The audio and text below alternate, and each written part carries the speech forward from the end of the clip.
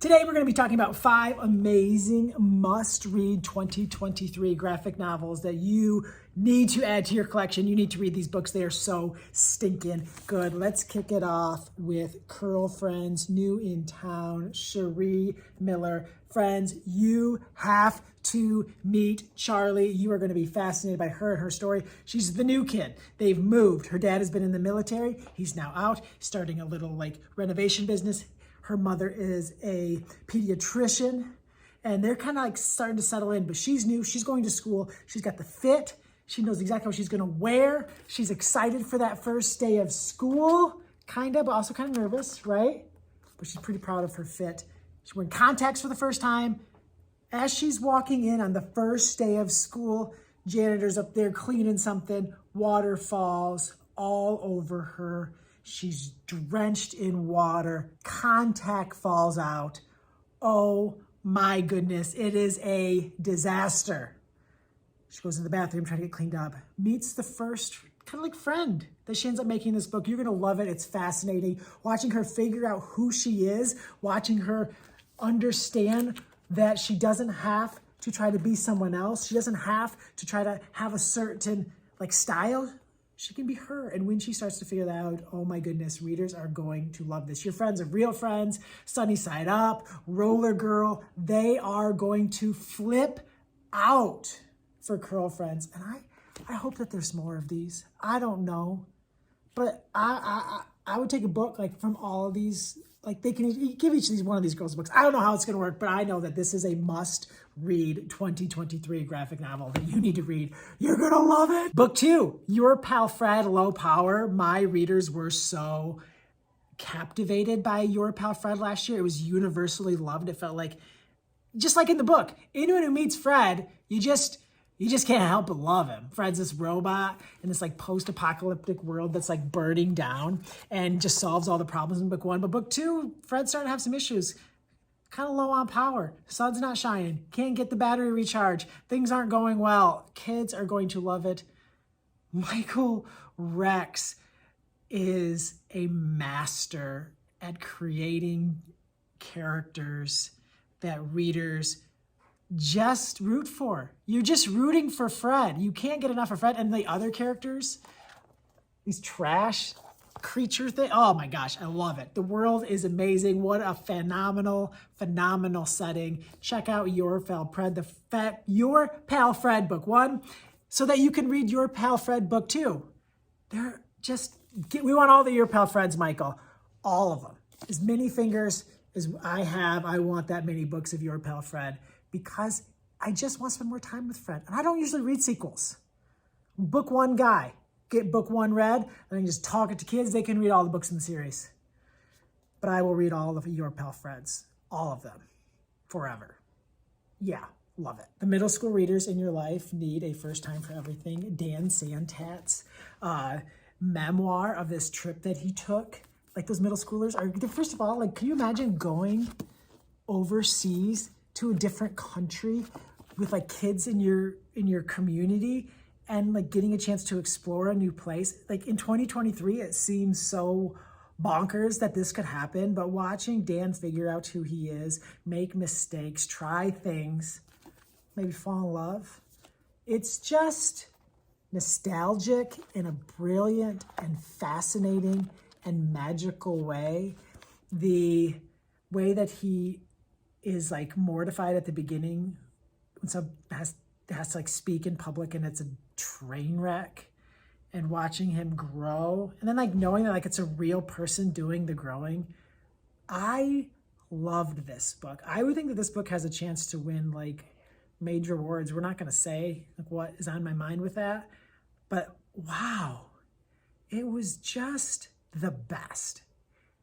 It's not very eloquent of a book talk that I just gave, but it's a book that I could see myself just going back and rereading every year or two, because you just want to spend time in Dan's world, watching him figure things out, especially when you don't have things figured out. It's great. Check it out. A First Time for Everything. I love this book. Can you imagine getting made fun of because of your heritage? That's what happens to the main character in this book. Opens up with him getting in a fight, getting in trouble, and he's just kind of like standing up for himself. But, you know, we're not going to respond with fighting. That's not what a family believes in. Him and his family quickly from there are headed to a like silent retreat. It's like a meditation retreat, but they have to be silent.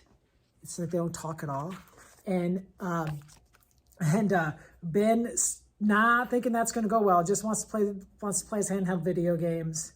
But like watching his imagination and like where his head goes during this time of silence, and the only speaking at all is from one of the people from this retreat.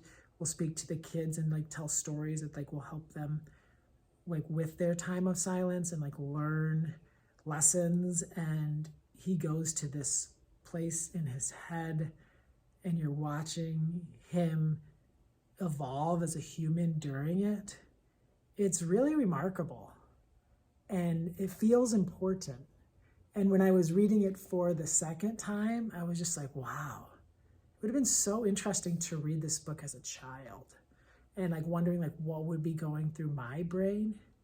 I often think about like what it would be going, will my kids think of it that I teach and that I parent, and like what will be going on in their head. But like it was like one of those unique times when I'm thinking about like, what would I have thought as a kid reading this book?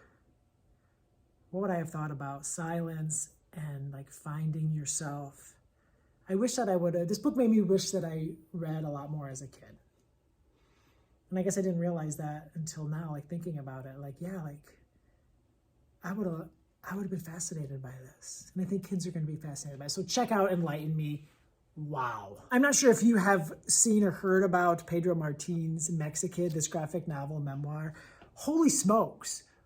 Talk about a brilliant ride that you just couldn't get enough of, and you couldn't like make this up. Like you had almost like have an impossible time believing something like this if it wasn't a memoir. Our main character here is in the middle of like a family with 11 people. There's 9 children, 2 parents, and they are going from their home in California way down in Mexico in like an RV to bring their grandfather back, who doesn't speak English, who has like this like allure and like legend status. You're not really sure like what's true and what's not true with him. And one of the things that I found so fascinating is the children in this family. Some of the parents were born in Mexico. Some of the kids were born in Mexico, and some of the kids were born in the United States. And there's like this divide in the family. I found that element of the story to be fascinating. You really need to like see inside the way that Pedro tells this story, and the way that he lays out this graphic novel is one that I think kids are just going to just like want to turn pages and want to know more about this family. I loved it. I think that it is one of those books that one kid in your classroom is going to read, and they're going to be reading it when you're like teaching math, or their math teacher is teaching math, and they have to put it away. And then like all the other kids are just going to notice that they're always reading it. And it might even be a kid who's not always reading when they're not supposed to be. And they'd be like, wow, someone must be up with that book. And then like another kid's going to read it, and then another kid's going to read it, and then another kid's going to read it, and then another and another and another. And before you know it, it's going to be one of the most read books in your class. It's really a masterpiece. One of the best books all year, Mexikid. I hope that you found a great book to add to your to-read list. Maybe it's Mexikid, maybe it's Enlighten Me, maybe it's Your Pal Fred, Low Power, maybe it's Curl Friends, New in Town. I hope that you're able to find an awesome graphic novel to add to your list, because I know your readers love graphic novels as much as my readers do. My name is Colby Sharp. Thank you so much for tuning in. I hope you have an awesome-tastic